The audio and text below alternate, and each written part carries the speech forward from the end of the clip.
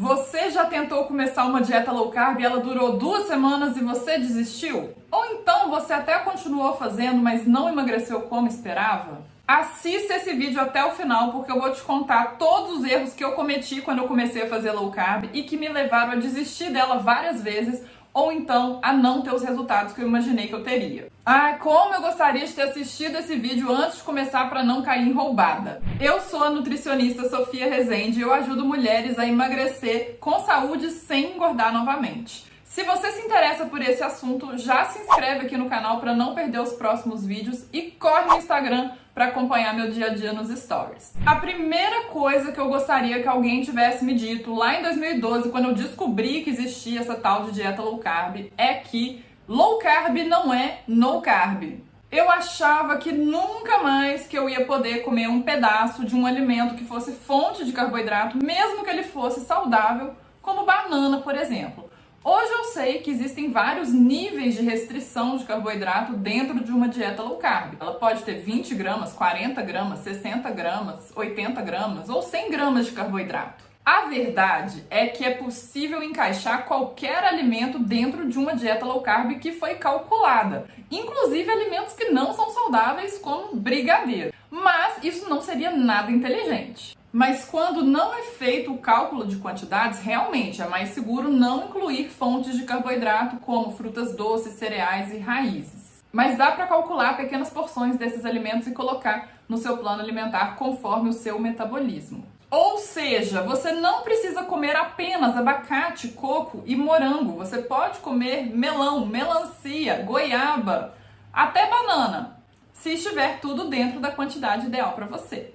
Eu não faço muita questão de arroz e feijão, por exemplo, mas eu tenho vários pacientes que fazem sim questão e ficam super felizes quando eu consigo montar o cardápio deles, incluindo esses alimentos. O que não dá para fazer é colocar o arroz e feijão e várias frutas no dia e ainda querer um pedaço de mandioca ou uma receitinha. Aí vai extrapolar, né? A chance de extrapolar ou as calorias ou os carboidratos vai ser muito grande. Ou então a porção desses alimentos vai ser tão pequenininha para poder encaixar no cálculo que nem vai valer a pena colocar eles. A segunda coisa que eu queria que alguém tivesse me dito lá no começo é que muitos alimentos low carb não são baixos em caloria. Eles são altos em caloria e tem que ter cuidado com as quantidades. Entenda uma coisa, nada é à vontade, nem na low carb e nem fora da low carb. Eu lembro a primeira vez que eu comecei a fazer uma dieta low carb, que eu tentei fazer, né? Foi 3 anos antes de eu entrar na faculdade e a nutricionista me orientou que eu poderia utilizar gelatina diet e creme de leite e na época eu era super formiguinha, não vivia sem um doce. Eu perguntei pra ela, eu posso comer o tanto que eu quiser? E ela respondeu, olha, pode, mas assim, 2 latas de creme de leite, né, e 2 gelatinas por dia tá bom. O que eu fiz? Todos os dias eu comia 2 latas de creme de leite com a gelatina, né, fazia ali a gelatina, colocava na geladeira e comia tudo. Tive resultado? Óbvio que não, era muita caloria. Era low carb, mas era muita caloria. Queijo, castanha, coco, abacate, carnes gordas, tudo isso é baixo em carboidrato e pode na low carb, mas tudo isso tem muita caloria e se você comer demais não vai conseguir emagrecer. As quantidades continuam importando mesmo na low carb. A terceira coisa que seria muito útil se alguém tivesse me falado é que você precisa comer mais proteína do que você imagina. Se por um lado você tem que tomar cuidado para não comer gordura demais ou carboidrato demais, você tem que tomar cuidado para não comer proteína de menos. 99,9% das pessoas que me procuram, eu verifico a quantidade de proteína consumida e ela está abaixo do ideal. No começo eu não calculei nada. E eu vivia com fome entre as refeições porque eu estava comendo menos proteína do que eu deveria. Eu sou uma pessoa grande, né? Eu tenho 1,85 m, para quem não sabe, e a minha necessidade proteica é muito alta. Então, eu achava que eu estava comendo o suficiente, mas eu não estava. Sabe essa quantidade de carne que você coloca aí no seu almoço? Pode dobrar isso aí. Sabe aquele ovo que você come? Você coloca 1 ovo, 2 ovos? Talvez você precise de 3, 4 ou até 5. Ó, ninguém nunca vai engordar porque comeu peito de frango demais ou clara de ovo demais, que é pura proteína. Aumente a sua proteína sem medo e seja feliz. Se você quer ter mais segurança na sua dieta low carb e garantir que você esteja comendo a quantidade de proteína ideal, a quantidade de carboidrato ideal e a quantidade de calorias ideais também, eu tenho um curso que eu te ensino a montar o seu cardápio. Eu vou deixar o link dele aqui embaixo na descrição desse vídeo. A quarta coisa que, se eu ouvisse, me tranquilizaria muito é: você não precisa e você não deve explicar a sua dieta para as outras pessoas. Principalmente no início, quando a low carb não era tão conhecida, eu morria de medo do julgamento das pessoas. Eu tinha uma amiga que era personal e eu já sabia que ela tinha uma opinião contrária à low carb, e quando eu encontrava com ela, eu já ficava morrendo de medo o que ela ia pensar quando eu pedisse o meu prato diferente dos outros. A verdade é que, no geral, as pessoas não ligam tanto para o que você está comendo, tá? E se for o caso, se você precisar dar alguma explicação, você pode falar alguma coisa do tipo: estou investigando algumas intolerâncias alimentares, que seu médico pediu para você não comer determinados alimentos, mas não dá muita explicação, não. Ou você pode falar que da última vez que você comeu isso, você se sentiu mal, ou que você está passando mal. Ninguém vai pedir alguém que está passando mal ou que passou mal comendo aquilo para comer aquele alimento. Uma mentirinha nesses casos cai muito bem para desviar do assunto. Se você estiver numa festa cheia de pessoas e sua tia perguntar: você provou do pudim? Aí você responde: sim, tá uma delícia, tia. E pronto. Mas se você acabar escapulindo e deixando passar que está de dieta, não fica explicando o que você pode comer, o que você não pode comer. Só fala: tô fazendo aí.